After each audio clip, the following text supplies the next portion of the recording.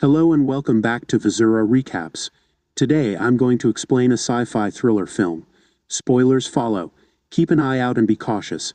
Eddie Mora is an aspiring writer living in New York. He has been surviving on a book contract advance and financial assistance from his girlfriend for several months. The only problem is that he hasn't written a single word of his book. He struggles with writing his story, going through a never-ending loop of writing, deleting, and starting over. He spends his afternoons drinking at a pub or wasting away on his couch in a filthy apartment. Lindy, Eddie's fiancée, chooses to break their engagement because she believes Eddie is incapable of straightening out his life. Lindy claims she hasn't seen any growth from Eddie, and with her work advancing, she can't afford to be always caring for Eddie. Eddie declares his love for her and his desire to spend the rest of his life with her, but Lindy departs. A man, Vernon, cries out to him as he walks home. Eddie's ex-wife's brother is Vernon. Eddie married his undergraduate love Melissa for a brief period of time. Eddie recalls Vernon as Melissa's drug-dealing younger brother, but Vernon claims those days are long gone. Vernon invites Eddie to a bar for a drink and questions him about his life. Vernon informs him that Melissa has remarried and has 2 children of her own. And Eddie informs him that he is attempting to write a book but is having difficulty getting started. Vernon notices Eddie's creative difficulties and offers assistance. He removes a little pill from his pocket and hands it to Eddie. Eddie refuses, claiming Vernon is still involved. Vernon claims that the medicine is lawful, has passed lab tests, has received FDA approval, and will be available for purchase the following year.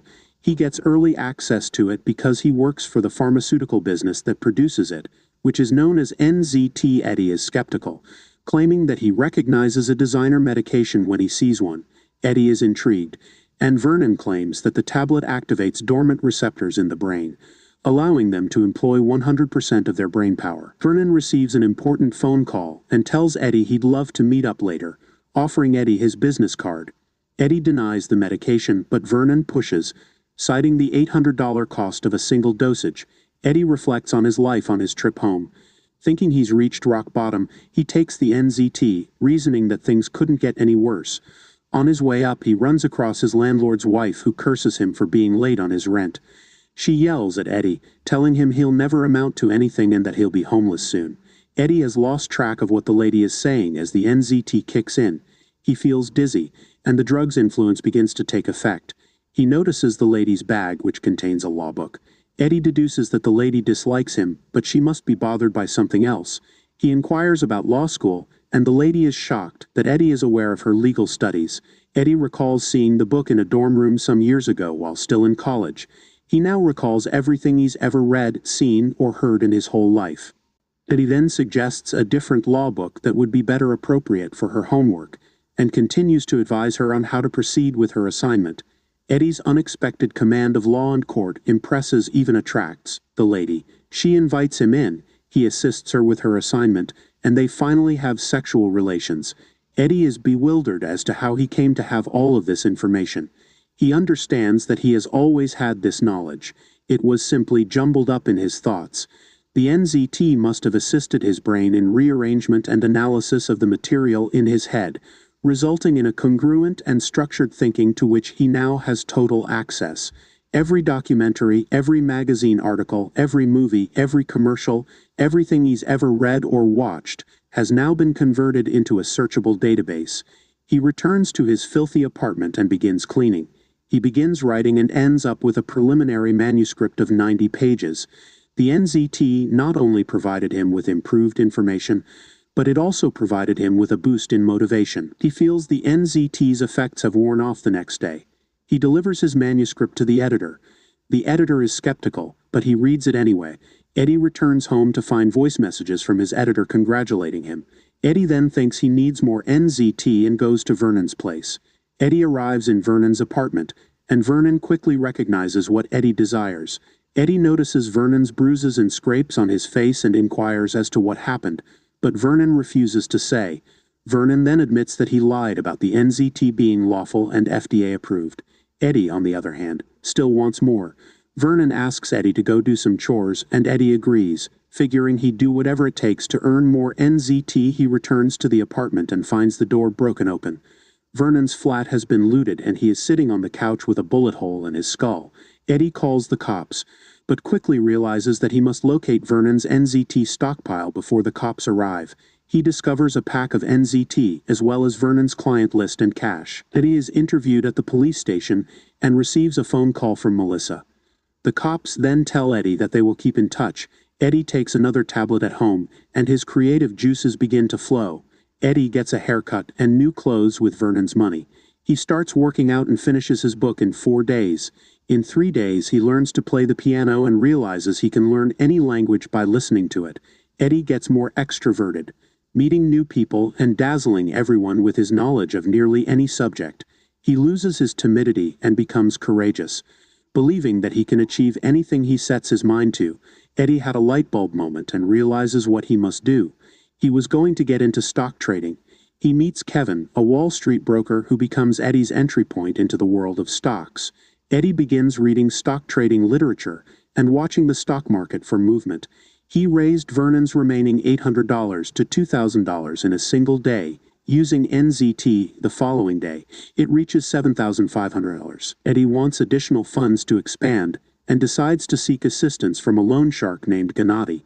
Gennady agrees to provide Eddie a loan, but tells him that he must be paid on time or else something bad would happen to Eddie. Eddie accepts the risk, knowing that he would repay Gennady quickly. Eddie goes to Kevin's brokerage firm the next day and begins buying and selling stocks. Eddie expanded his brokerage account to nearly $2 million in 2 weeks. As word spreads, Kevin calls to inform him that a Wall Street tycoon wishes to meet with him. Eddie eats dinner with Lindy that evening, and he tells her all about the fantastic things he's been doing with his life. Lindy is proud to see Eddie clean up his act, and Eddie tells her he just experienced a rude awakening and chose to get his life together. They return to Lindy's place after dinner and make love. The pair rediscovers their love over the next several days, and Lindy eventually tells Eddie that she wants to be with him again. Eddie notices a man staring at him from a distance while they discuss resuming their relationship. Later that night, Eddie looks out the window, hoping to see the stranger but seeing nothing. Lindy is in bed, inviting him to join her, but Eddie stumbles and is instantly transferred to the corridor. Eddie has no idea how he got out of his flat, but Lindy sees him and invites him inside for a lunch. Kevin meets Eddie the next day for their appointment with the Wall Street titan.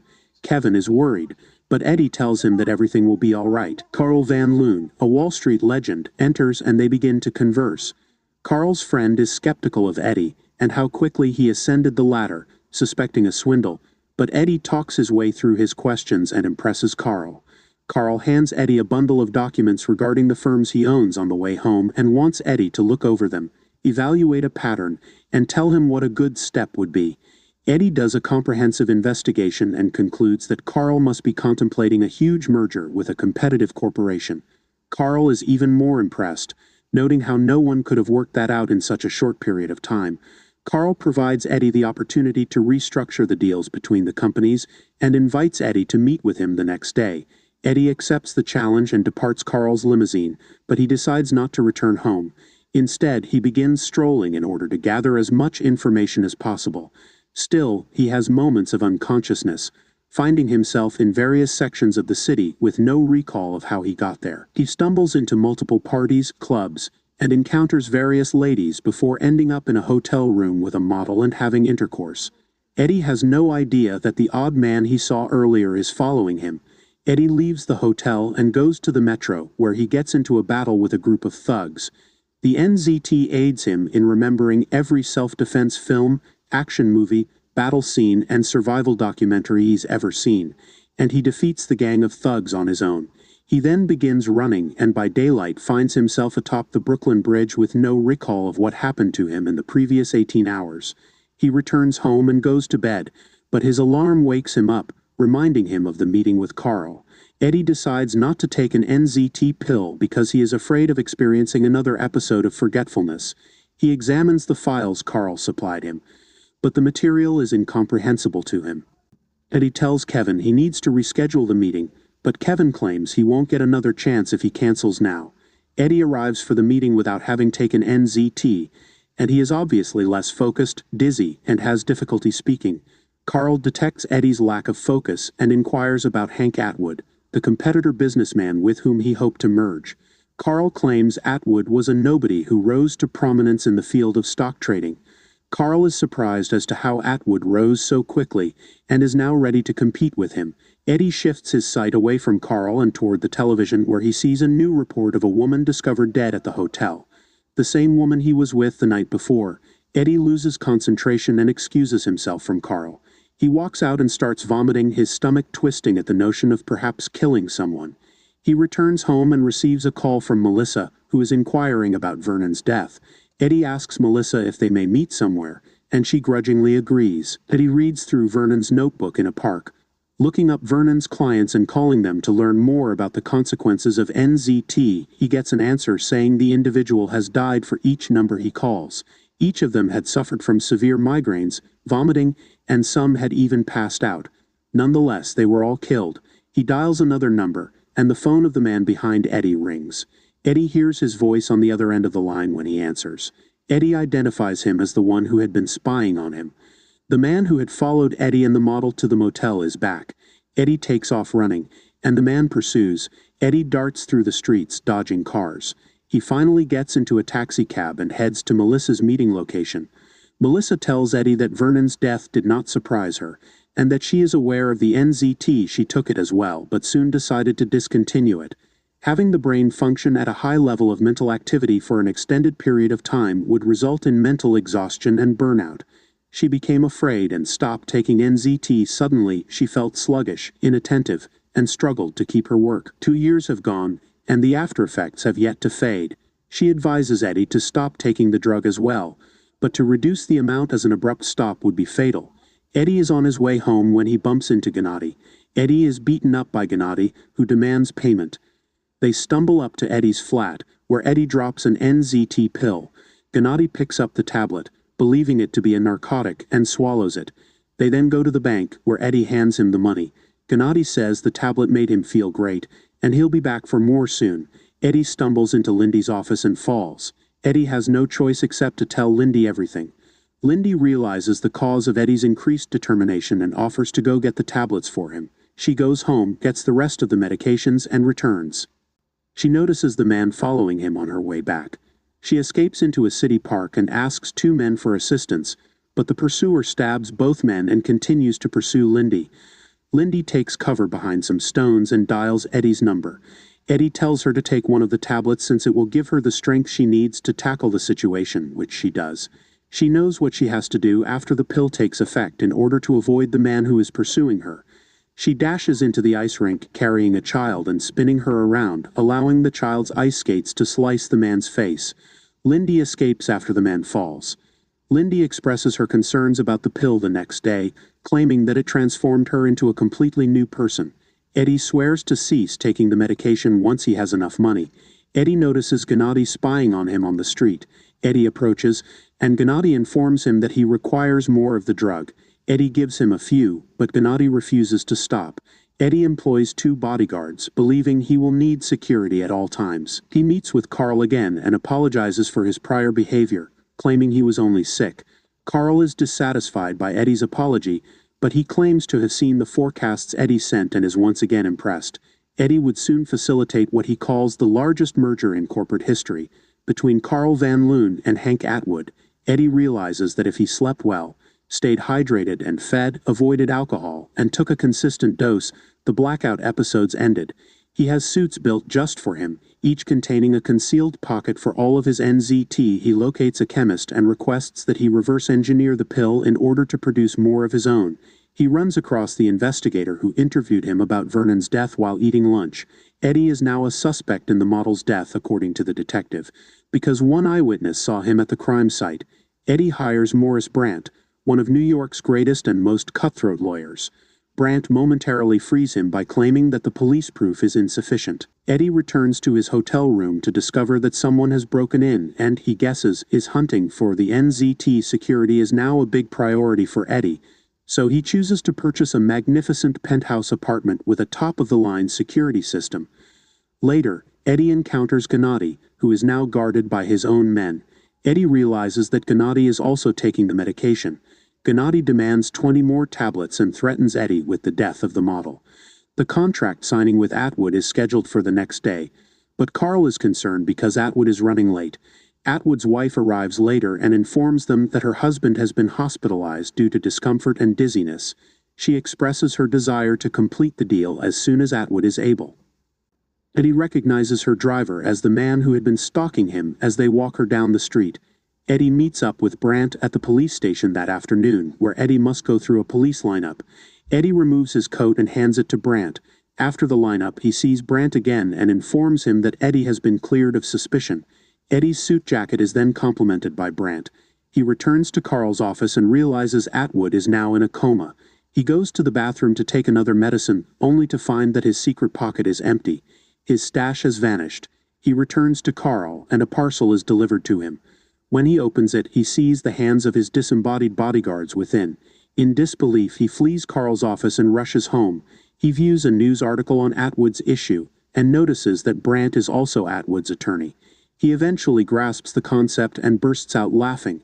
Eddie then hears beating on his door, and notices from the video cameras that Gennady has come with his goons, who have broken in with metal grinders and steel cutters. Eddie steps up to the balcony, ready to jump, trapped in an impossible predicament.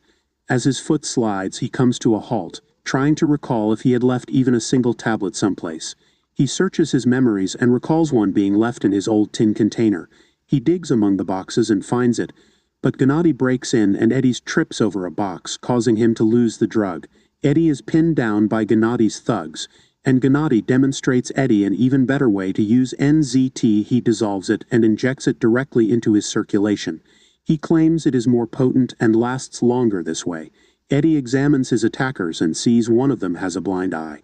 Gennady pulls out a variety of medical devices, including knives, blades, and pliers, with the intent of torturing Eddie into giving him more NZT.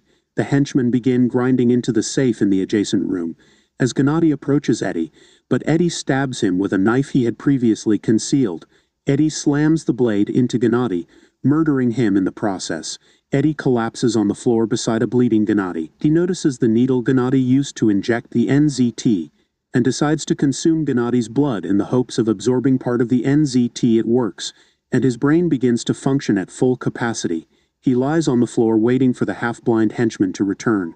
As the henchman flips Eddie over, he spits the syringe needle squarely into the man's seeing eye, utterly blinding him. The other henchman rushes in, but Eddie outwits them by hiding in a room and watching television. To bash his pursuant's head, Eddie flees, but a henchman catches up with him and chokes him. Eddie kicks him out, and the blind henchman accidentally shoots the other henchman. The blind henchman then fires his gun, hoping to hit Eddie, but Eddie disables him by knocking the man through a window with a piano. Hank Atwood passes away in the hospital. Eddie arrives to the hospital and takes a seat next to the driver. He is perplexed as to how Atwood died despite the fact that they were successful in obtaining the NZT pills for him. The driver then assists Eddie in locating Brandt, discovering that Brandt had retained the drugs for himself rather than giving them to Atwood. The drugs are discovered in Brandt's closet. Eddie is currently running for governor after several years. He receives a call informing him that a representative from a prominent pharmaceutical corporation is waiting for him in his office. Eddie is taken aback when he realizes the man is Carl. Carl informs Eddie that he has left Wall Street and is now working in the pharmaceutical industry.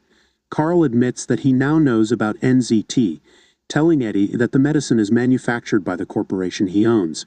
Carl gives Eddie a consistent supply of NZT in exchange for a few favors he subsequently requests.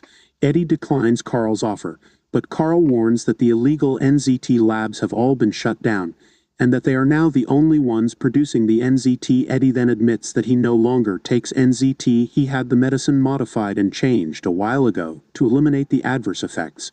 He gradually reduced his NZT intake until he no longer required it, but the drug's effects stayed with him.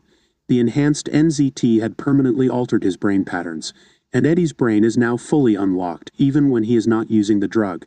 Eddie demonstrates this by predicting that a vehicle would collide with an automobile because the driver is distracted. Carl glances across, and it occurs. Eddie then rests his hand on Carl's chest and states that he has discovered various abnormalities with Carl's heart. Carl warns Eddie that he would be a harsh foe, but Eddie is unconcerned, claiming that he will always be 50 steps ahead of him. That was the end of the video. I hope you enjoyed it. Subscribe for more material like this, and please press the like button to assist us. Also, if you want us to recap your favorite movie, leave a comment. Take care until the next time.